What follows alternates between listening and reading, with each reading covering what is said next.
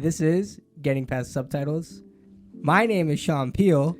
And I'm DK Lee. We're moving on to week number 2. So, we're kicking off the new year with another director's retrospective. Doing Park Chan-Wook this time.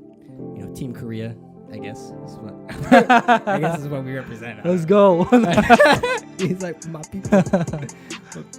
But, so we're doing Park Chan-Wook, and we're doing all of his revenge films, we decided. So, last week, just to recap, we did Sympathy for Mr. Vengeance. Now we're moving on to his movie right after, which was Oldboy, released in 2003. And this is, like, the movie for Park Chan-Wook, 100%. This is, like, where where people know his name, and mainly through, like, where he became, like, a global name versus outside of Korea.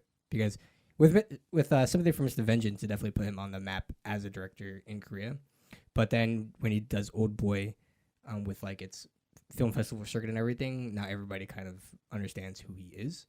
And this is where this is the movie that is on everybody's like list. Like, I think even JSA was. Well, okay, yeah, JSA was like definitely the for Korea, Korea, people knowing in Korea. You're right. JSA was that, and then Sympathy for Mr. Vengeance was, I guess, more of a sleeper, and then Oldboy was. Yeah, I think it was still good, but it wasn't like crazy. Yeah. In terms of like its acclaim across the world. Right. And so this movie was like, oh, this is the guy, so to speak. Yeah. And yeah, this is like the movie, like I said, it's like on everybody's list, like on the top 100, top 200 list, top like foreign film list. Like this is the movie that you'll always kind of see repeatedly on there. And probably the one that most of you would have known who this person is, or maybe even just know like South Korea's films. Be like, oh yeah, Oldboy. Like, yeah, you probably heard of Oldboy. You probably heard that there was a remake of an Oldboy, and you're probably like, what's Oldboy? I feel bad for anybody that had to stumble upon Oldboy in that first experience. Which I a little bit like I think my very like earliest memory with Oldboy was watching the trailers for that remake. Really? Like when it was coming out, because it came out in 2013. Yeah. And I remember seeing the trailers like before it was coming out, and I was like, "Oh, that's interesting. And what that's about." But I never saw it, and it wasn't until way later, like 2016 era, that I had watched. I told a story last episode, but I watched like The Handmaiden, and I think I went back and watched like his other movies, including Oldboy, and then that's when I really kind of. Wait, did you actually watch the remake? I never seen it. The only thing I watched was the hallway redo scene, which it wasn't even in like a hallway. It was actually in like an abandoned building. Abandoned backdrop. Building, yeah. But like they still try to do the one take bit. It was really bad. I think I saw it too, but I don't think I remember it. It's like not in my memory anymore. It's so fake. Like it's so like try hard. It's crazy. Well, we'll talk about why that scene was good later, but yeah. But I didn't really hear a lot of good things about it, to be honest, for the remake. No, unfortunately, even Spike Lee like basically denounced the movie. His own movie? Yeah, like I'll get into it, but I read that there was basically the cut of the movie that we see is not the cut that was his cut, and so like him and Josh Brolin were like, nah, that's terrible. And whatever, Hollywood drama, I guess. I mean, I'm sure they had good intentions, but sure, it's kind of hard to do a remake of something that like. Profound, I think. Exactly. Yeah. Like so, it's very. It's so original. Like it's so. Yeah, and it has a lot of like, it's a lot of very specific to its culture and almost like it's like setting. Okay. Yeah. Right. Yeah. Whereas I feel like if you have to try to find a 1-to-1 of that in an American's like culture and sense. Yeah. And it's like really hard to do that. It's got to be like a complete retelling. Like, you really can't take from a movie like that. Like if they remade Parasite, like there's like that is 100% a movie that is so like South Korean to like the cultural things, right? Yeah, exactly. That's why. Yeah, that's what I'm saying. Like you really have to try to find the spirit of the movie, right? We talked about this when we talked about like live act adaptations and stuff, right? Yeah, we did always feel. It's really the same thing here too. I think it's not so much like following or like trying to copy a 1-to-1, but really trying to figure out the spirit of the movie, right, and then adapting that. Yeah, it's I mean like it's a hard thing to do, right? And I don't know, when you think of like Hollywood and what their mentality is, it's like their mindset probably doesn't steer towards there because like, well, if it worked here, then if we just remake that, it's gonna make money, you know. And so they just kind of neglect like what it actually takes to make something good. Right. But that's a conversation for later. Yeah. I mean, I'm sure Spike Lee had his own like Yeah, like hopes and dreams for it. I'll get into it later because I think it's a little interesting of how like because it's actually been in the works for a little while. Yeah. For the US to remake it, but I kind of explained it near the end. But just to get into a little bit, so like I said, came out in 2003. This was his second revenge film right after Sympathy for Mr. Vengeance. And this is a movie that really put him on the map, is most infamous. This is actually based off of a manga, a Japanese manga that came out in it ran from 1996 to 1998, and it was serialized. And it was written by Garon Tsuchiya, and it was illustrated by Nobuaki Minegishi. So it actually got localized here in the U.S. in 2006, so it was quite a few years that it didn't come to us. But you can read it now. I haven't read it. I think I will read it soon, probably like after this, just to kind of see. Because somebody had brought it up to me, and I was like, oh, yeah, I totally forgot. So I'm not sure how closely like to the root material this is. Yeah. I'm gonna guess probably not so much, to be honest.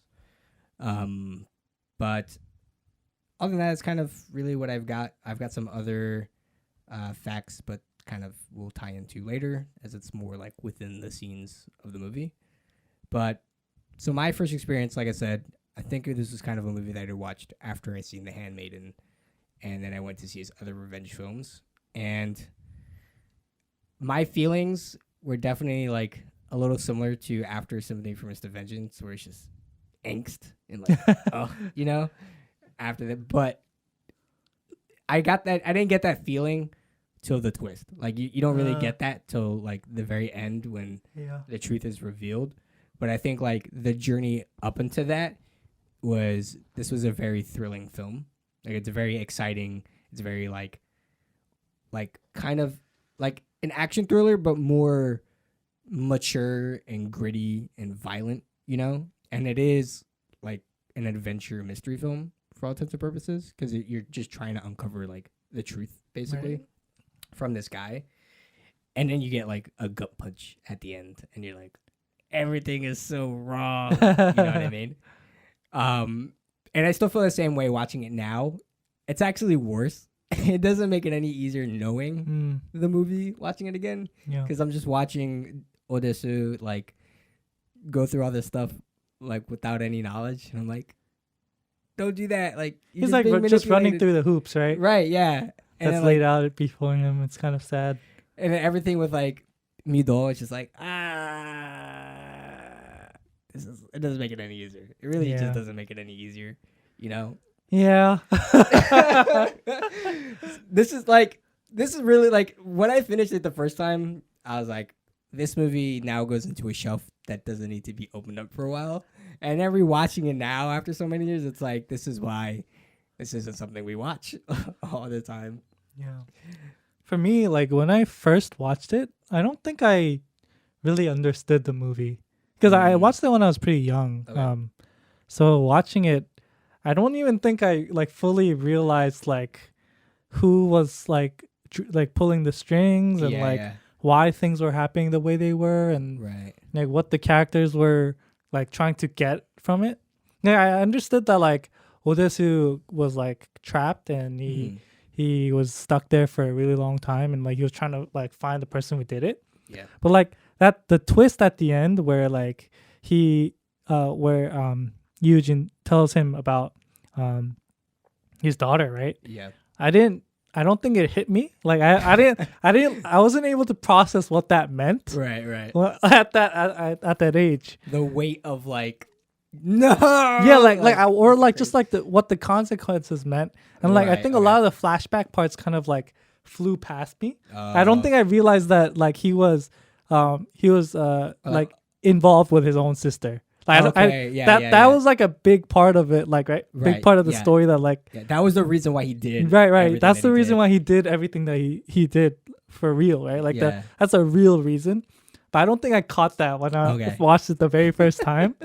And so like I understood kind of like a very general like Okay, yeah. revenge story of it. Right. But like watching it again now, like after understanding everything and like really understanding the story, I'm like, dang, like if I were to think about the worst way I can get at somebody, Yeah. like this movie would be it. Yeah. You know, I constantly ask myself that too, because like kind of similar to you, I kind of had a it's been so long. Like I understood like the reason why he did it, and understood, you know, like obviously the twist and that Mido was Odessa's daughter. But I had really forgotten like a lot of the details and like the scene by scene play. So it was like a worthwhile watch my second time to kind of like re-grasp the film in its entirety now. But like like as the film kept going on, and once we were getting to like the end, and especially during the flashback scenes, I was like kind of asking myself constantly, like, is this really enough reason to like do what you did? Yeah. Like you imprisoned this guy for 15 years. Like you straight up kidnapped him in the middle of the night, like at a night. Like he was living his own life, like not aware. Like he said, like there's that one line where, you know, he thinks that he got hypnotized once they moved him out of the cell. Yeah. But he was like, I didn't hypnotize you just to erase your memories from who I was. Like you just straight up forgot. Yeah, he just like, didn't care enough, yeah, right? And then you're just remembering now that you're like actively jogging your memory. But it's like for something that happened so many years ago in high school. Right.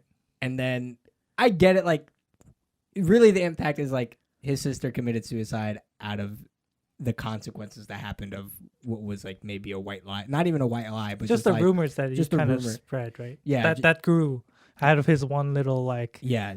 him telling his friend about it. Exactly. Like letting the cat out of the bag just to one person. Mm-hmm. But like just that one little thing, and then you do this you basically ruin somebody's entire life. Like literally his entire life. It's even worse than that if you think about it, because he has been planning it for like years, right? Exactly. He's been planning it for more than 15 years. Yeah. Because like 15 years was part of the plan. Like that was like planned in action. Right. Like he had to been planning it like straight out of high school. He was waiting until the little girl would grow up, right? Yeah. But he had to plan that even before, because he had to plan when he was going to kidnap the guy. He had to be like, what? He had to like ask himself, like, what is the sickest way I can get revenge on this guy? And he had to be like, I'm going to wait for Odesu to be like happy, married with kids, and like in that place where like, you know, you're living like your life out. Yeah, normal, happy life. And then I'm going to snatch it all away. And not tell you why I did it. Yeah. For 15 years. Exactly. And then when I'm finally ready to enact my real revenge, it's just I'm gonna let you out. Yeah. And then you're gonna go on this wild goose chase, and then you're just gonna find out on yourself. But like I'm pulling the strings for like I've been pulling the strings for 15 years on you. You know what I mean? And then like you have to think about what happens off screen. Like when he kidnaps him, right? He murders his wife and then frames him for it. Oh, yeah. That he goes to be a fugitive. And then he's been taking care of his daughter indirectly since she was like 8 years old. Like it's all constructed for one revenge, for one thing plan. That's insane. But that, you know, he also says like once you die, like what am I gonna live for, right? Right. And he's like, that was his entire life too. Right. Like, yeah, that's his entire life too. So I mean, we could talk about like the themes and stuff later, but I mean that's insane. That's insane. That's a crazy guy for sure. Yeah, we're getting like way ahead of ourselves though. We kind of explained the movie without explaining the movie. Yeah. I mean, once you watch the movie, you're like, whoa. Yeah. Why even do that? But yeah, this is your turn. So how about you go ahead? You kind of what do we watch, bro?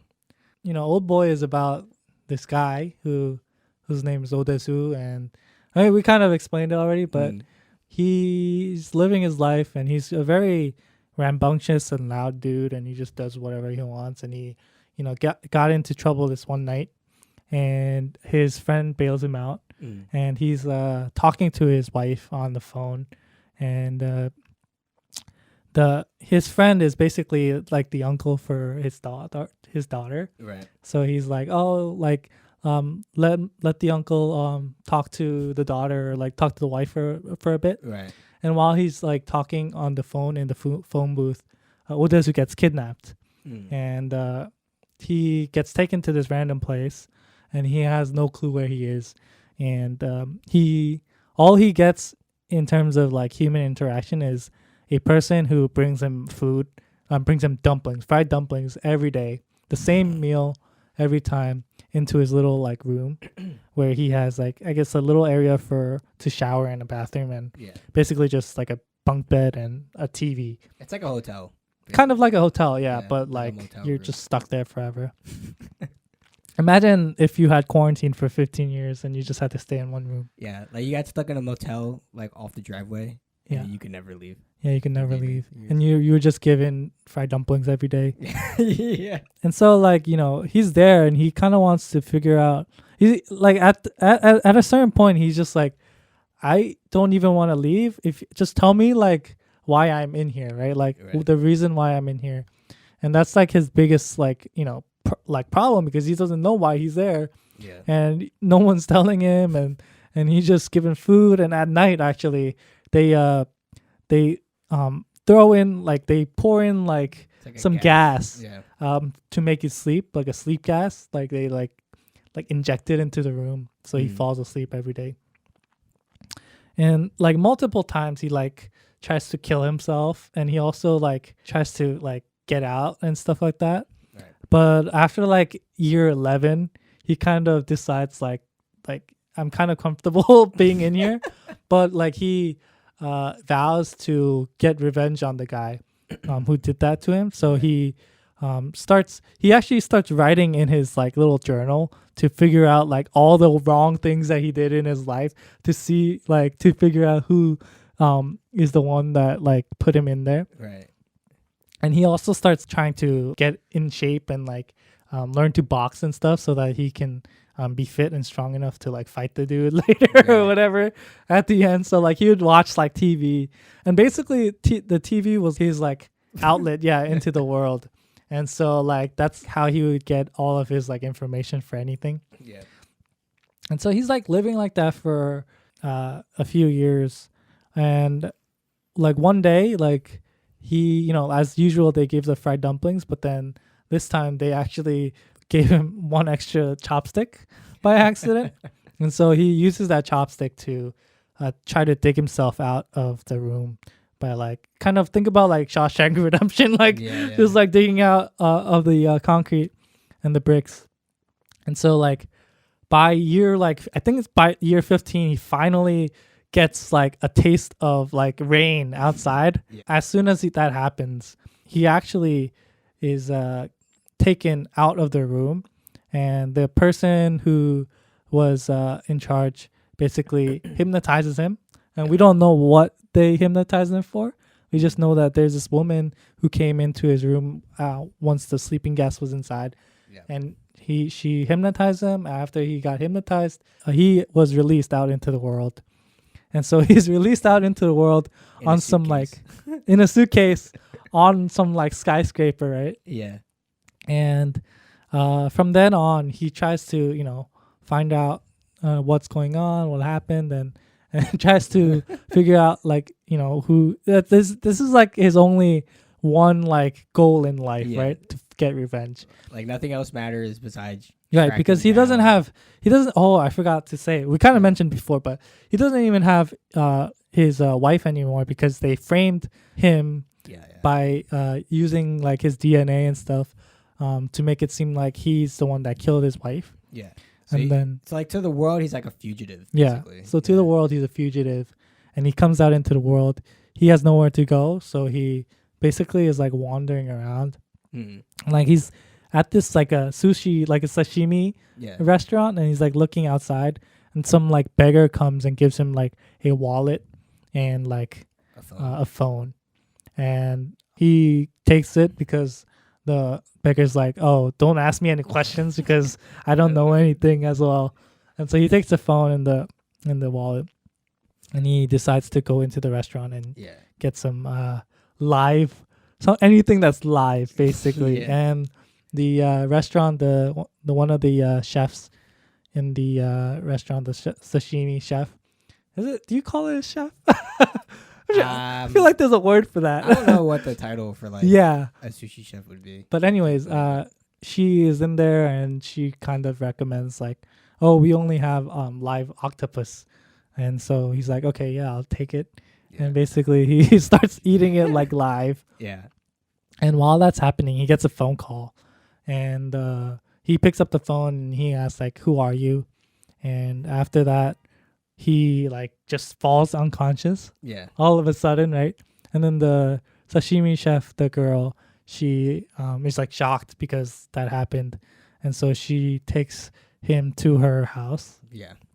And Weird, but very weird, but that's all part of the story. It's like yeah. yeah, We'll play along. yeah. And so like at the house, she kind of takes care of him. And because like he hasn't seen anyone for so long, Yeah. he's like very hormonally like very up there. We passed it, but I love the shot when like he's like descending from the rooftop Yeah. to going to the ground floor, and there's like this like elder lady in the elevator with him, and he's like a cat on the wall. Yeah. He's He's like, I cannot get any closer to this woman or else something will happen. Yeah. And so he gets moved to he gets taken in by the sushi chef Yeah. Mindo, right? And so like they're there and their first objective is trying to find the restaurant Yeah. that sells the fried dumplings that he's been eating for 15 years. And, you know, because he's been eating it for 15 years, that's the only thing that he's been eating. He's like, Yeah. I can't forget the taste. I know what the restaurant will be if I eat it. So he basically goes everywhere across, you know. Well, like, he knows the name is called like Blue Violet, or at least a piece of it. He knows like the last letter of the, yeah. Oh yeah, of like the Chinese characters. Yeah, the restaurant. So basically, that's how he tries to like narrow down the fried dumpling place. And so he finally finds a place, and he like tracks down, like he shadows like one of the delivery guys, and they take him to this like weird, what do you call it? Like a weird, like it's kind of like a hotel, but it's like a abandoned building-ish looking kind of like. Yeah, it's. I don't know. I mean, it is just like an arbitrary building. Yeah, yeah. Like an office building sort of thing. But then inside it's just like rooms. Yeah. But like what it's used for is like the guy's basically using each room as like a room to live in. Basically. A cell. Yeah, and basically if you call them, like they tell you like oh, like how long do you want this person to like be in here? And, like, their business is to literally imprison people in those like cells or like fake hotel cells for as long as like the client wants or whatever. Right. So yeah. And so he goes there and, you know, he interrogates the guy, the boss there. He tries to interrogate him because he finds out that basically the guy that owns the cell or like the hotel or whatever is just kind of like that's a business. And then he tries to figure out who the client was that hired him to put Desu there. And he kept like a recording tape of like the conversation that he had with the client. And so he takes that tape to Chan-Wook after. Yeah. Oh yeah. And then they listen to it together. Yeah. So they haven't like seen each other for like 50 years, and he explains the story. Like that's kind of off screen, but then he shows him the tape and they try to figure out who it is, who the guy was. And then basically like I guess just him and Dessa try to like narrow down who would have like done it wrong or whatever. Yeah. Right? They just try to kind of figure it out. Yeah. And then he goes back to the sushi chef's house. Her name's Mido. And he's like looking through and trying to figure out like, you know, he's trying to find out what's going on. But she's like on the computer. Yeah. And she's like chatting with some dude. And the dude's name, like the chatting ID name is like Evergreen. Yeah. And she's like telling Tezu about it as well. And then the guy Evergreen like tells her like how is Tezu doing outside in the in the bigger prison, right? Yeah. And so like Tezu gets suspicious because he's like, oh, like Mido, you must be in it as well, right? Because how can you be talking to some dude, right? He doesn't trust anybody. So he basically doesn't trust her as well. Yeah. And so he interrogates her. Like Cho-Won basically tracks down, I guess, the like whoever the account or the contact was for the like the online teller. Yeah. And like because like they find out the username was like monster or something. Yeah, yeah, yeah. And that's why he interrogates her, because it was like his safe word or some shit like that. Yeah. And then basically Chan-Wook was like, yeah, I tracked down the address from where this is coming from, and it turns out to be the apartment that's like right across from where Mito lives. And then that's when he finds those two guys. Right. So he finally like finds the two guys who are like Evergreen. Yeah, Evergreen, and like and the dude is like, oh yeah, sure, like you can kill me now, but you'll never find out like the reason why. Yeah. And he has a little device that like is able to basically stop his mechanical thing that's helping him pump his heart from working. And like that's how he threatens Tesu by saying like, you can kill me now and get your revenge and never find out like the reason why, or you can let me go and they can try to actually find out the reason why. And he says like, and he tries to torture him, and he's like, well, you can't torture me because then I'll just kill myself. Yeah. And then it'll just lead to the same conclusion essentially. Yeah. So it's like an ultimatum. Yeah. Basically. And so he gives him like 5 days to find out like what's going on. Yeah. Yeah. And because like on July 5th, I guess, which turns out to be significant for the story. Yeah. And it's like right after that, he basically is like, you should go check on Mido, essentially. Yeah. And because he beat up all those guys from like the hotel business thing, the kidnapping dudes. I just call them the kidnapping. The kidnapping business. The kidnapping business. Basically, they're like capture Mido because she's already tied up, and then they like threaten her and then threaten him. And then before they torture Desa, basically like Evergreen gives him a bunch of cash to like pay him off and to like scram, essentially, because like he wants him alive or like unhurt, essentially. So the kidnapping guys take the deal and scram away, and he basically wants to take out his teeth because he tortured him by taking out all of his teeth and stuff. Yeah. And so after that, Desa basically is like clear, like Mito's kind of clear at that point, and then sketchy stuff happens between them. Well, the thing is like, what's his name? The guy Evergreen threatens Tesu that he will kill the people that he loves, right? Like all around, like every person that he loves, he'll kill. So like, basically that means that he's gonna kill Mito, right? In 5 days if he doesn't figure it out or like find out. And she heard everything. So she hears everything, and so like they basically pack up and leave the place, leave the house, Mito's house, and they go. They drive and they try to go and figure it out. Run away.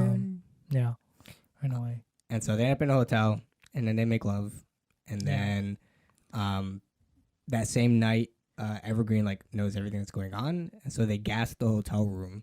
Like they tracked them the whole time. And I guess they knew exactly where they're going because how else would they gas the room? Yeah. And so they gas the room and then they leave like a present for the morning.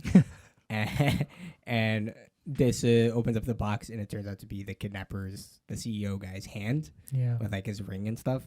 Basically as like a callback to when he was sitting in the apartment, Desu threatened the kidnapper guy. He was like, I'll cut off your hand for touching Mido's boob, essentially. Yeah. And so basically Evergreen did it for him.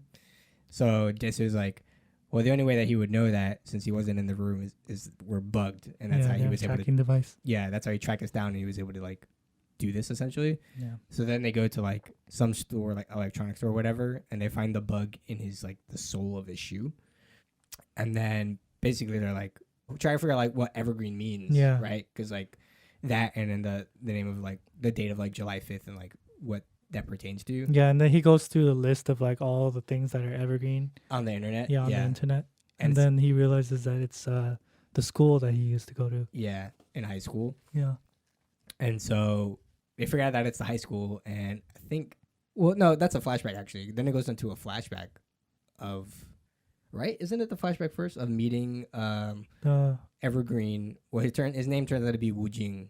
It's like his sister. Because like they're talking about like their classmates and stuff. Yeah. And the date, I think he like brings up the date. Like, what's the big significance of like the date? And he's like, oh, that was the day that this classmate of ours died. And he's like, well, who was she? She was like this like cute hot girl, whatever.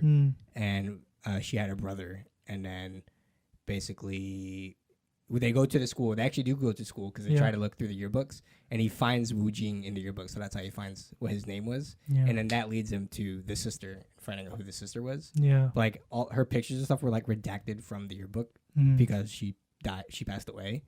Well, it was kind of like she committed suicide, Right. not just passed away. Yeah. And so like that's that, looking through the yearbook, finding out about Wu Jin and then finding about the girl.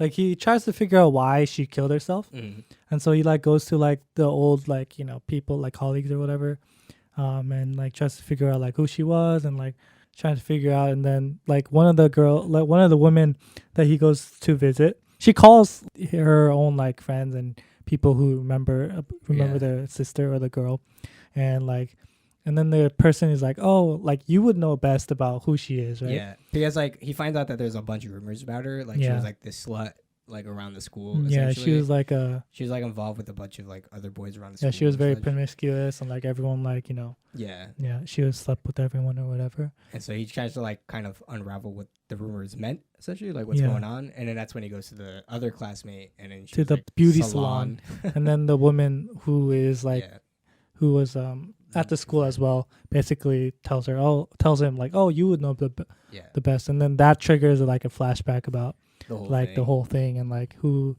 she was and like what he found out about the relationship between Woo Jin and the sister. And it was that Woo Jin and the sister was having like a relationship, but then they're related, so it's like incestuous. Yes, they were having an incestuous relationship. Sketch. And so it was like Daesu's fault because Daesu saw the whole thing, like you said, and then he goes to one of his friends. I'm assuming it's Cho-ung, right? First. Yeah, he goes to Yeah, and he tells him like what he saw, and then you can just assume that like Cho-ung told somebody else, and the rumor just spread all throughout. Yeah. Like at that point, he goes to where his workplace is after he tells Mido what's up, and that's when he goes up to the penthouse where Woo Jing works at. And that's where he he doesn't really work there. Yeah, he lives there. Yeah, you're right. We don't know what that guy does, by the way. He's he's hella rich. He works. His job is to get revenge. What do you mean? This is true. He doesn't have any other job. That guy made a lot of money for trying to get revenge. Let me tell you. But he finally figured out where he lives in a penthouse or whatever through some riddle, and then after a brief fight scene, they kind of talk it out essentially, and then Desu confesses that he has remembered why he was why Woo Jing was doing everything. And he was like, because I found out about your sister in high school, and then she committed suicide because of it. And then that's when Woo Jing kind of tells his side of the story, where it's well, it wasn't just because of that. She killed herself because one rumor led to another, and then she started believing into those rumors, and basically there was this phantom pregnancy that happened with his sister, and then basically she couldn't bear to stand that the child that she would have had would also be her nephew, and then because of that she was going to commit suicide. And so there was that whole revelation, and then Woo Jing kind of turns the tables on Desa, and then reveals to him a box, and then in the box is a photo book of his daughter, and then skips forward to his daughter is actually Mido. And then and so that's the big the big twist is that he fell in love with his own daughter. And that's his big revenge that Woo Jin had in store this whole time was using the hypnotist to make them fall in love with each other. And then and then after the revelation, Tezu is shocked, and he's basically begs and asks him not to have Mido open it. And he basically grovels before him to not open it, and then cuts off his tongue. He cuts off his own tongue and says that he won't talk anymore and say anything. So basically after that, Woo Jin is okay, don't show her. Basically appeases him all right, fine. And then after that, Woo Jin basically kills himself. And then he's what do I have to live for now? Right. Yeah. His revenge is basically complete. It is like, despite everything, he's like, after everything that happened between me and my sister, we still loved each other. He's like, but can you two do the same? Yeah, basically, yeah. Yeah. And so after that, it flashes forward. Yeah. Um, Time skip. and they're in some weird wood area with snow and Some mountain. yeah, some in mountain. winter. And then Tesu basically wrote a letter to the hypnotist to be like, hey, can you come up here and hypnotize me so that I can basically love my daughter without thinking about anything, without, basically having him forget his past and all the things that happened, and that he could just, be with his daughter. Is it even that though? Like, it was just to forget. Like, I don't even know that he wanted to still be with her. Well, I'm just saying, like, but that didn't know up what happening. But no, I mean, it is that he could forget everything. Right. Yeah. So yeah. At the end of the day, and then, it just kind of ends with like, maybe it happened, maybe it didn't. Oh, it just ends. Yeah. It is what it is. That's how it ends. It's kind of vague though. Like, kind of talk about it. Yeah. Like because like what he goes to the hypnotist, right? And she reads his story, and then she's like, all right, fine, I'll help you kind of forget everything. And then there's that whole like dream sequence thing about whatever him trying to forget. And then it like kind of cuts to the present. And like the thing was like, once you take 70 steps, like you basically forget everything. But like, were those 70 footsteps that the camera showed up until where he that's was a little technical, is it? But see, No, that's where like, does it play? Because I don't think it is. But we never know from like this because he can't speak anymore. He just kind of like laughs like a crazy man. Because then Mido like hugs him and then whatever, try to be happy again. But it's a little vague and like, did he forget? Didn't he? Like, and obviously everything else that kind of happens is up to your own imagination. Yeah, so to speak. But it's a tough movie. It's a tough plot. I mean, there's a lot of stuff going on in the movie for sure. Yeah. Trying to follow it is like not easy. It's a technical one. It's just like so intricate. Like that's just too much to do to one guy. You know what I mean? It's like, it's unfortunate. And then like, I mean, what? Like Woojin kills himself at the end of it, which is like, okay, kind of whatever. And I mean, it's kind of. It's like, yeah. That's. I mean, he's done, right? There's nothing for him to live for, so. But hang on 1 second. But yeah, I mean, there's so many iconic things about this film, even just like outside of the story. Obviously, the story is like super gripping and like really shocking, and just like kind of grotesque in a way. Yeah. But even just like other things, I mean, the iconic hallway fight scene is like probably the thing. Like between that and the live octopus eating is probably the most two iconic scenes that the movie's known for.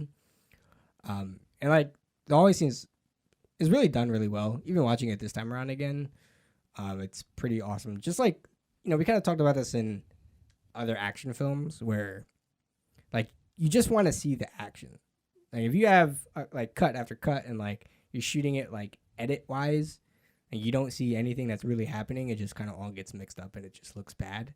But like the more that you can like just play it by the actors doing their thing and like see it in the moment, is just like awe inspiring almost. It's more visceral, right? Exactly. Like being able to see everything instead of having it cut every single time. Yeah. Like you're there, like you're really like, in it. And the great, well, if we're talking about the action sequence, like great thing about it is you see like them actually getting tired, right? Yeah. It's not easy to do a one take that long. Yeah.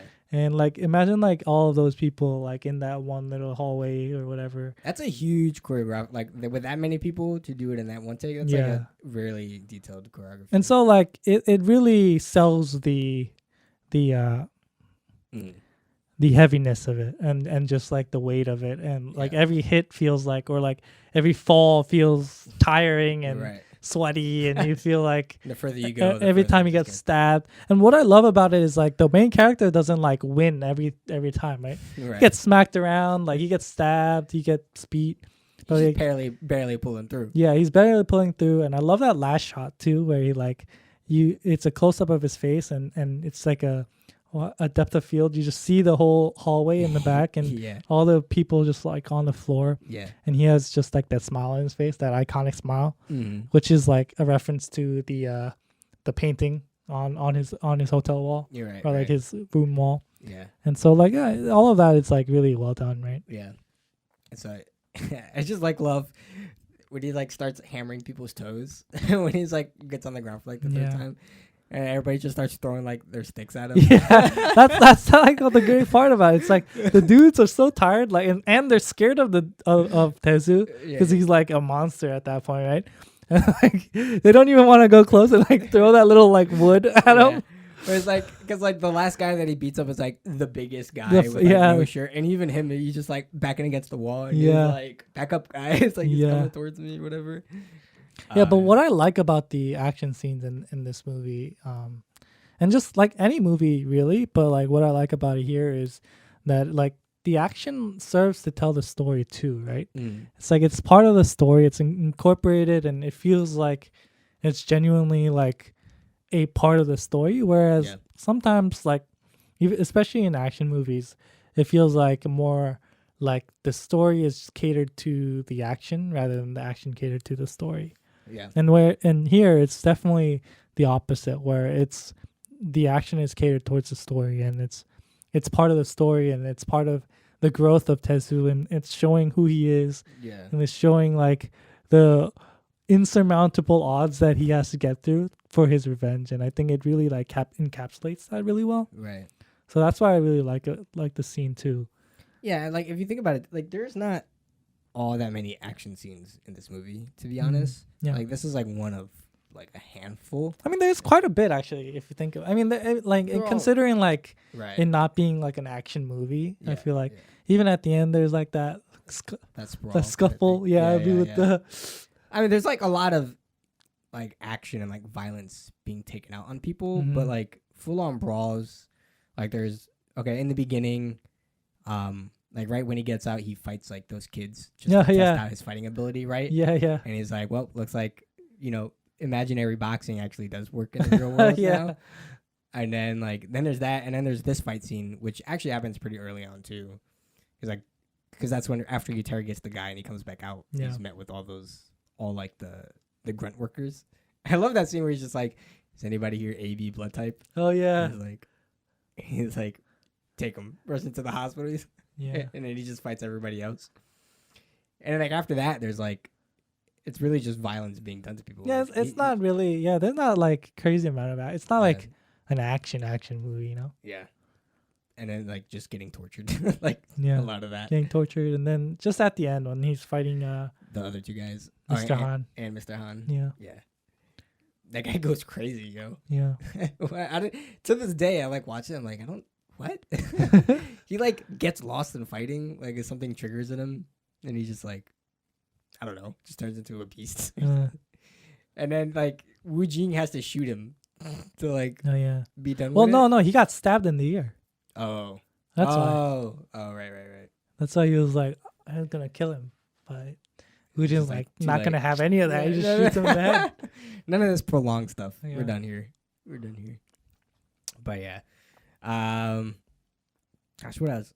Actually, also too, I picked up on a lot of the CG fancy transitions, which I don't remember it being in this movie. I remember it, like the big ass ant.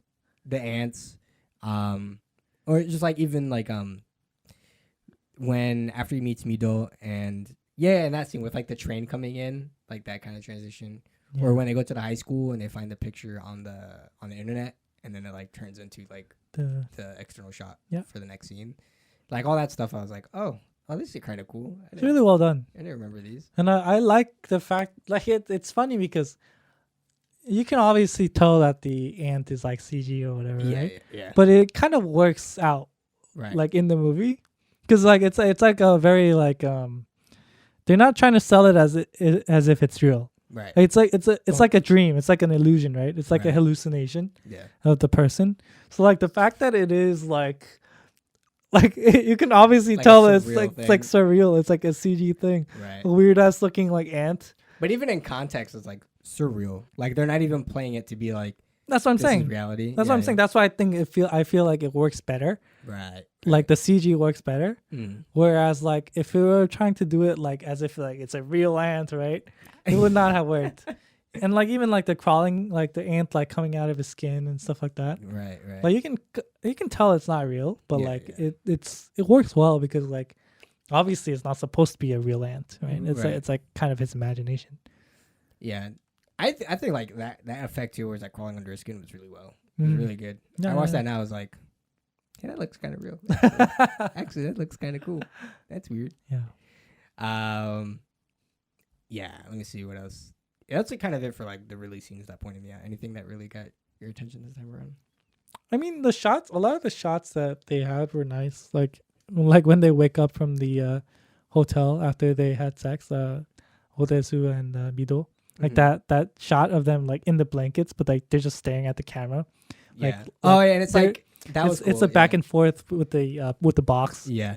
And then it's like a weird jump cut kind of thing that it does, but it kind of works. Yeah.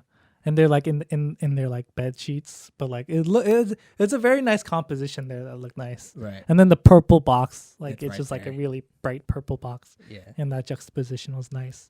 She like drops after. She like drops unconscious. Oh yeah, after seeing what it is, yeah. It kind of reminds me of like a Wes Anderson like composition. Yeah. That's why I think I liked it. I was like, oh, that's a very nice, like really nicely like composed, it's like clean symmetry. Yeah, symmetry. With like a big person and a small person kind of like that together, and like, in the bed sheet together. And such a Wes Anderson like ish like look to it. Oh man. The other thing I didn't really like piece together was just the use of like the color purple and the pattern with Woojing, and like like those are the clues for the truth kind of thing. But also like the use of red with like Midol was like is paralleling to Woojin's sister as well. Those things I kind of picked up this time around too, when I was like, oh yeah, the colors are very like intentional in this movie for sure. And like in the flashback too, like it's all brown. It's got a very like old film vibe. Yeah, the sepia, the sepia life. Like, oh, that's neat. It's neat. I mean, there's a lot of scenes I think in this movie that It's just so very stylized. I enjoyed. It is a very stylized movie. Even the opening shot of the movie when it's like up in Tetsu's face and he's holding the necktie, stuff like that.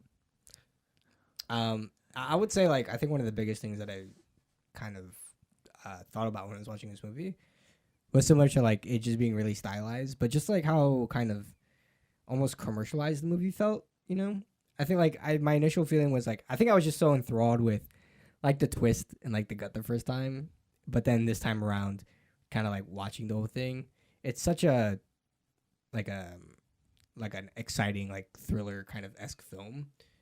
More than it is than like I don't know, like intellectual or like I said, like I mean it's clearly playing for like revenge or revenge only, but it's like the movie is really playing for like plot, like it's entirely playing for like the story and like unveiling the truth kind of thing, and like it's just kind of kicking everything else to the curb, not to like a detriment, because like it is really playing that ace really highly, but like I go back to the conversation we had last week where you said with Memories of Murder and like Sympathy for Mr. Vengeance, where like if Memories of Murder is a more intellectual version of Sympathy for Mr. Vengeance, and I feel like Sympathy is a more intellectual version of Oldboy.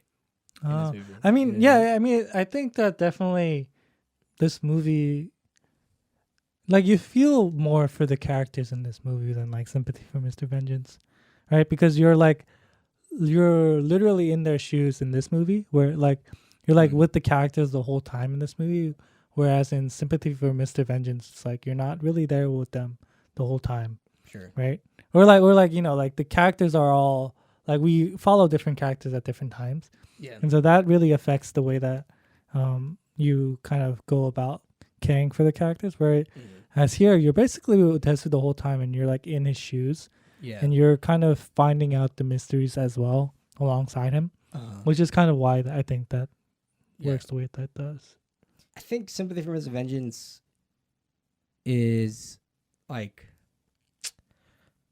I think it did a better job of doing like a personal revenge story, because like even though like we're not like we're kind of like not too attached to them, we understand that like from all sides of like why wants revenge from the other, like who's at fault and who's not at fault, where it's like you can blame everybody but not blame each other at the same time. Like it did that weird duality, whereas here it's clearly a revenge film because we feel that like Desu is like he obviously did something wrong, but we don't know what it is, and he's like going on the journey to figure it out, and then he doesn't figure out to the end, and it's like a revenge movie flipped on itself because like the real revenge was from Wu Jing the entire time. Yeah. Right.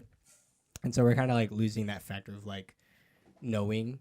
I just feel more that Oldboy is playing towards like a genre film versus like one that sticks like true to like a thematic film. You know what I'm trying to say? I mean, yeah, I guess I kind of understand what you're trying to say. Like that plays into like just how stylized the film is and how much of like kind of like a thriller and like how exciting it is. Like I think like even in terms of like an audience, it appeases to a lot more audiences. Like I think anybody can like really be excited about this movie and be like entertained by it. Whereas Sympathy, it doesn't have that X factor to it. I feel like this movie is a more personal revenge film though. You think so? Like in terms of like the character and like them purely wanting revenge, Yeah. Like Tezu is like revenge incarnate, right? And then, sure. Well, he's not even. He's like one level under Ujin in terms of revenge, right? Like, and that's I think that's the beauty of the film, where it's like you're always in Tezu's shoes, and because you're so closely intertwined with him, you are kind of like rooting for him, right? You kind of wish that he get his revenge because of the things that we see him go through. Yeah. Because we're personally there, and the camera, points us there. But like if you kind of look at the bigger picture, you're like, oh wow, like Ujin kind of feels like he got screwed too, right? And that he is kind of warranted his revenge, right? But then you're like, that's a little way too far for revenge, don't you think? So I think the beauty of it is like the twist where it's like you think that you're supporting Tezu and what he is going for in terms of his revenge, right? And then seeing that like Ujin also has a reason why he's doing his revenge, and I think that's where the theme of revenge and the discussions can be had, where it's like, so like who's in the right or who's in the wrong, right. And then it plays with that again in this movie where in Sympathy too, right? Right. In Sympathy too, it was like a circle as well, and we were kind of talking about how like there is no good revenge. It's always just everyone's screwed. Yeah. And in this movie is the same way, where like Ujin, he got his revenge, but he kills himself at the end too. Thinking about it in terms of like life is like, do you really want to live a life like that? Right? Like where literally your whole life was dedicated to perfecting this scheme, right? And making this scheme happen. Yeah. And it's no happy ending. Right. And Tezu also like he was so focused on this revenge, and later he does ask for forgiveness, right? He's like, all by like the reason why he's asking is because he doesn't want Mito to find out. That's the reason why he's doing it, obviously. But even at the end, like the tables have turned, and he's like the revenge that he wanted so badly kind of turns on his head, and he doesn't know like if that was worth it all, right? And so, well, I love like the added element that it takes to get to that point, which was like uncovering the truth of like what was done to him, because like you said, he comes to that point where like Evergreen, like, well, at the time he knows Evergreen, but like Wu Jin is like right there, like with him in the room. Yeah. So they want to go to the other apartment, and it's like you can take your revenge like right there and then just move on with your life. Like that was completely an option, and like completely what would be understood from us, because obviously like this has been done wrong, and so like now you can enact your revenge and just go on about your life. Being ignorant, like ignorant is bliss in that moment. But like the added element of like the why, yeah, right. Like you'll never know like why you were done that whole thing, right? And like that's kind of like the really X factor with this story, most of all, where it's like you said, if like the theme of like if the constant message of like revenge is like, it's violence beckons more violence, and there's really no justification in revenge at the end of the day. Whereas like if he took revenge at that moment, I felt like it would have been justified in the fact that we didn't know why it happens. But like now that he does know the why, we're kind of back at the circle Right. again. You're kind of like, oh, we come to the understanding that everyone's wrong, right? And that's what we kind of talked about last week too. Is like no one is right in this moment, right? So it's just like let ignorance be bliss, or like you find out and then damn. Like, right. And then you're like, okay, so I guess I did something wrong as well, right? Yeah. It's like you can never come out clean in that instance. The theme of the stories that we constantly have been watching is like no one's ever gonna come out clean. So like really, you gotta really think about like, is the revenge worth it, right? Is it is it, or is it even warranted that you go to such lengths to get your revenge? Right. I mean, and that like question is, pulled to like its ends in this film, obviously. Right. Just like the dramatic and like the extent of which they go to get their revenge, right.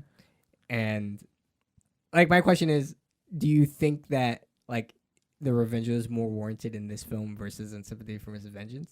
Or do you think this one was like pettier? This was way pettier. Well, I can't say petty. I don't think it's necessarily petty, but I think that they really went way overboard, right? I don't think that the grief and the sadness that they face, I don't think is petty. Right. But I think that they really went overboard here, right? It goes back to the line of like Wu Jing said, he's like, whether it be a grain of salt or like a stone, it all sinks into the river. Yeah. And that's like the big thing, right? Yeah. It's like it doesn't matter whether this was big or not to you. Yeah. You're still gonna die. You're still gonna get the got. Consequences are all the same, bro. Yeah. And yeah. Cause it's like, with Dae-soo, it's like obviously he's kind of a rascal of a guy, right? He's like constantly getting into trouble, which is the first thing that we see him in the police station. And then when he kind of is when he's being kidnapped and he decides to like, write down in his journals everybody's that he's done wrong, and he's like filling up books and notebooks of like names and reasons. And, like we just know that he's like a bad guy in character. Well, like you gotta really think though, is like, is he really a bad guy or is he just a normal person? But that's what I'm saying. Like, it's just his character. Right. Like the problem is like you talk too much, right? Like he just has a big mouth. Essentially, I think that's like kind of the thing. But that's just a character thing. Like that's who he is, And they just had like one particular case had led to this very dramatic event in which now he was being taken. Like then like somebody or like the victim wanted to take his revenge on him. Yeah. But like it's kind of like a duality of like perspective essentially, where it's like this one guy caused this whole thing because he has a big mouth, whereas for Dae-soo, it's like, well, I mean that's just who he is. Like to him he had no kind of bigger consequence. And it's like even the little things can cause big floods, right? Exactly. Little pebble. And that's why if like you look at the situation for Woo Jing's sister, right? It's like the reason why she committed suicide was like a gravity of things. Like like you couldn't just pin it down to like, sure, if you scrape, like what he did was like scrape and then went to the root of the problem, which was him telling somebody. But like it wasn't him alone that caused her to commit suicide. It was just like a mix of everybody's rumors. He could have also not been incestuous. Right. Right. Like if you really wanted to look at the root, it's you, bro. It's you, Woo Jin. It's your own damn fault. I mean, But nah. But yeah, so it's like, dang. It's a good movie because it really makes you think about the extremes. And by thinking about the extremes, and when you look at your own life, you're like, oh, okay. Yeah. Like, like. Who hates me that badly? What does it mean to have, to get revenge? And like, is it really worth going through all of that? And it kind of lets you see the extremes of things. So I think that's why it's like an interesting movie to watch in the context of like the themes and stuff. Yeah. I don't know. Well, yeah, we'll save up stacking for later at the end of the series, but Oldboy's good. Oldboy has a good place in everybody's heart, particularly. But next week we'll be talking about I guess the end of the Revengeance trilogy, even though The Handmaiden is also a revenge film. So which would be a sympathy for lady vengeance. It's called. And I really remember nothing about this movie that I think about it.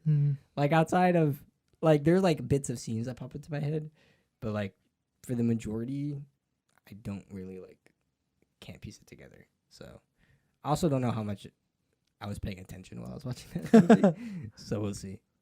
I think it's a long one. It's probably because it was really long. That's probably why. But just to recap, we are watching the color fade one, right? On that movie. So if you go find that director's cut, that is the one that we'll be watching for that. But I'm gonna leave off with some quick scene facts because I forgot to come through these. But basically, for the octopus, there were 4 live octopus eaten in that scene, and there was like an interview with Park Chan-Wook that somebody asked him was like if he felt bad for Choi Min-sik, who played Desa, for eating them, and he was like, no, I actually felt more bad for the octopus. There's a little bit of a connection with Mr. Vengeance, which was the guy who committed suicide, was actually one of the terrorists in Mr. Vengeance, if you recall. So they're all in the same universe. He was committing suicide because he felt bad for the guy with the dog, right? Yeah, the guy with the dog at the beginning. Yeah. He's like, you're not going to listen to my story? No? Okay. Let's see. And what's funny is like I kept seeing this come up when I was looking on like points, is that people are like, Choi Min-sik is 14 years older than Yuji Tae, who plays the other guy, Woo Jin. But in the movie, they're high school classmates. Yeah. So it's like, well, are they the same age, same class? Okay, but think about same this. Same grade, though. I mean. Even if they weren't in the same grade, like how many grades are in high school for 4 years? 4 years? Yeah. Like 14 versus like 4 the max. That's still huge. I've heard a lot of things regarding like the reason why he looks so young comparatively. And he's like, been working out. He's just been keeping his like it's more about like thematic stuff where like they're comparing him to like a Greek god. I was gonna bring that up. I totally forgot to bring that. But like so there's this huge thing between like the Greek story or the Greek mythology of Oedipus in this film, which kind of like makes a lot of sense, right? When I looked into it, like Odysseus is supposed to represent Oedipus, who was basically fell in love with his mother after like this whole thing, and then like you said, like Woo Jin is supposed to kind of.